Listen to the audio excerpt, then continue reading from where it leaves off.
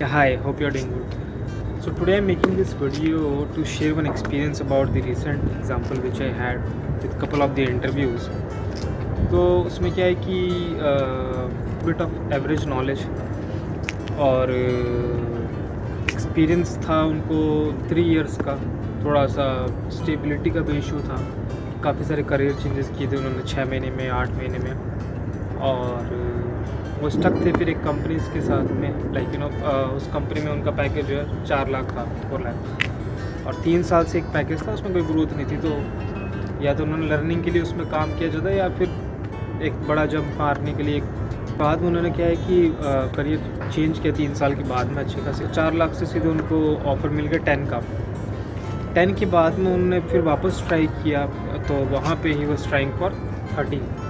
अभी 13 में problem is that कि कई बार ऐसा होता है कि आपको सिर्फ पैकेज नहीं सोचना होता, आपको अच्छी कंपनी भी देखनी होती है। जहाँ पे क्या है कि उन्होंने सारे राउंड क्लियर कर लिए। इंटरव्यू देते टाइम कई बार हम लोग को खुद को पता चल जाता है कि हम कितना अच्छा इंटरव्यू दे रहे हैं। कभी आप इंटरव्यू दे रहे हो, आपको लग रहा है कि यार ये इंटरव्यू अच्छा नहीं गया टेक्निकली, और देर आर चांसेस कि मैं रिजेक्ट हो जाऊँगा। जैसे कि हमको पता चल जाता है कि हमारा इंटरव्यू कैसा जा रहा है। कई बार इंटरव्यू देने के बाद we come to know that कि चांसेस ऑफ रिजेक्शन इज़ मोर।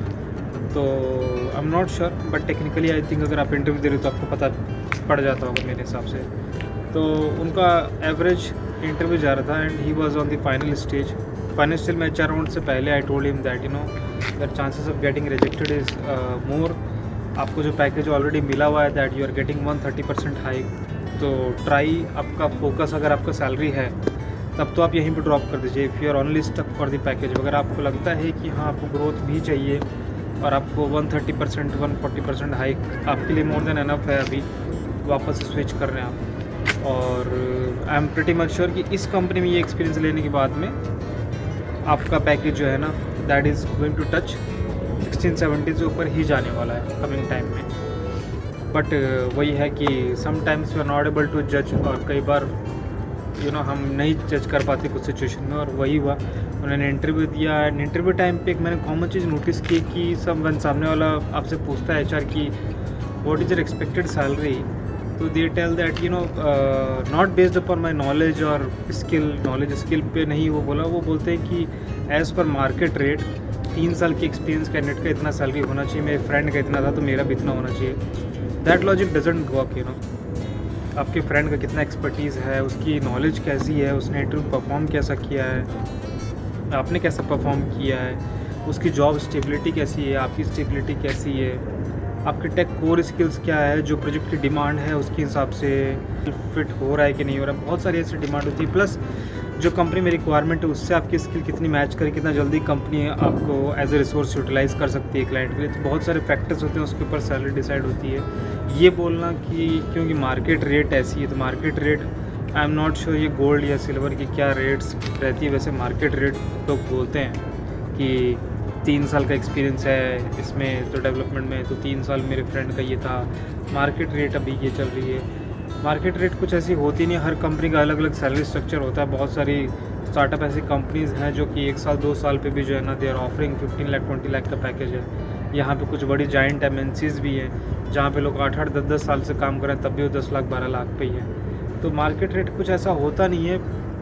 किस कंपनी में आप जा रहे हो, उसके अंदर प्रोग्रेस कैसी हो रही है, क्या उसके अंदर रिक्वायरमेंट है, आपकी स्किल्स क्या है, वो सारी चीज़ होती है। दूसरा, आप टेक्निकली कितने साउंड हो, आप करियर स्टेबिलिटी देखना चाह रहे हो या फिर आप सिर्फ मनी माइंडेड हो, आप वर्क लाइफ बैलेंस देखना चाह रहे हो।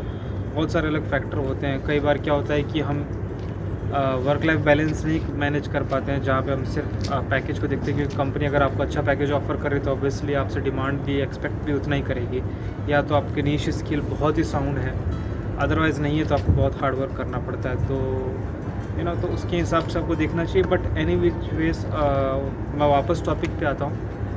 तो उनको 130% हाइक मिली हुई थी, स्टिल उन्होंने जो है ना ट्राई किया कि मुझको और हाइक मिल जाए, और वो हुआ वही जो कि मैंने उनको सजेस्ट किया था कि आप और एक्सपेक्टेड मत रखना, आप अपने एग्जाम्पल अपने टेक्निकल स्किल पे देना, ना कि मार्केट रेट और ये सब बात करके आप HR। बट उन्होंने किया मेरे बोलने के बाद भी, और मैंने देखा रिकॉर्डिंग, उन्होंने बात भी की वाकई में, और वही हुआ, उनका रिजेक्शन हो गया। फिर उसके बाद उन्होंने बहुत बार मेरे को फ़ोन किया कि सॉरी मिस्टेक हो गई। फिर उन्होंने वापस से मेरे को मेल किया that he tried reaching out, but होता क्या है कि कई बार आप डिसीजन मेकर अगर आपका इंटरव्यू ले रहा है तो इट्स रियली डिफिकल्ट कि आप वापस से रीच आउट करके उसको चेंज करो और पैटर्न को थिंग्स डजेंट वर्क आउट। तो I would always suggest that कि अगर आपको अच्छी खासी हाइक मिल गई है, आपको लगता है कि आपके इंटरव्यू और आपके कोर स्किल्स के हिसाब से वो हाइक अच्छी है, तो don't go with the market rate, go with की अपॉर्चुनिटी कैसी मिल रही है, कंपनी कितनी अच्छी मिल रही है। कहीं ना कहीं किसी न किसी लेवल पे है तो आपको जो है ना एक पॉज लाना पड़ेगा, अदरवाइज़ हो सकता है कई बार जल्दबाजी में आपके हाथ से बहुत अच्छी अपॉर्चुनिटीज़ निकल जाए, तो ऑलवेज़ आप पैकेज को मत देखिए। हो सकता है अभी 10 लाख पे उनका सिलेक्शन हुआ है और हो सकता है जैसे वो करंट कंपनी में पिछले 3 साल से 4 लाख पे थे, वैसे ही वो हो सकता है आने वाले 3 साल के बाद 10 से 12 पे पहुँचे। पर जो कंपनी में उनको 9 मिल रहा था वहाँ पे 2 साल एक्सपीरियंस लेने के बाद उससे 15-20 पे पहुँच जाए। तो बहुत सारे फैक्टर्स होते हैं, उन सबको आप ध्यान में रखो। मैं एक एग्जांपल आपको देता हूँ, हालांकि वीडियो लंबा होता जा रहा है, बट मैंने सेल्सफोर्स डेवलपर में कैंडिडेट प्लेस किया था। अब मैंने उनको जब प्लेस किया था तो उनको शायद 8 महीने का एक्सपीरियंस था। उसके पहले वो जावा में थे, वो करियर स्विच किए थे, फिर सेल्सफोर्स में उनका पैकेज 4.2 था। उन्होंने ज्वाइन कर लिया, स्टार्टअप कंपनी थी, काम किया उन्होंने 1 साल 2 साल, उनका 4.2 से 7.8 आया, 8 पॉइंट समथिंग गया। फिर इस तरह से करते करते जब मैंने reach to a level of 2.5 year something, तो ऑल ऑफ ए सडन उनकी कुछ सर्टिफिकेशंस क्रैक हुए, क्लाइंट को उनका काम अच्छा लगा और उनको काफ़ी अच्छी हाइक मिली। Now he is working at an package of 27 lakh के आसपास उनका पैकेज है। तो 4.2 से 27 हो गया। अब इतने स्पैन ऑफ आप मान के चलिए 3.4 ईयर्स का उनको एक्सपीरियंस हुआ है टोटल। तो कई भी जगह पे आपको डिसीजन लेना होता है, आपको स्किल, कंपनी ग्रोथ और बहुत सारे फैक्टर्स को ध्यान में रखना पड़ता है लॉन्ग टर्म करियर के हिसाब से। अभी इस टाइम पे अभी मेरे हाथ में कितना पैसा आ रहा है ये देख के आप चलोगे तो फिर ये तोल भाव में कई बार क्या होता है, हम लोग गलत डिसीजन ले लेते हैं। और आप अपने आप को किसी दोस्त से या फ्रेंड से कंपेयर करके भी अपने आप को जो है मत डिसीजन लीजिए। उससे क्या होता है कि दोस्त का पता नहीं करियर कैसा होगा, बट आपका करियर ख़राब हो सकता है कुछ गलत डिसीजन के चलते। Thank you so much for watching this video. Permission will help you out in your future job search or during the time of the interview. Bye.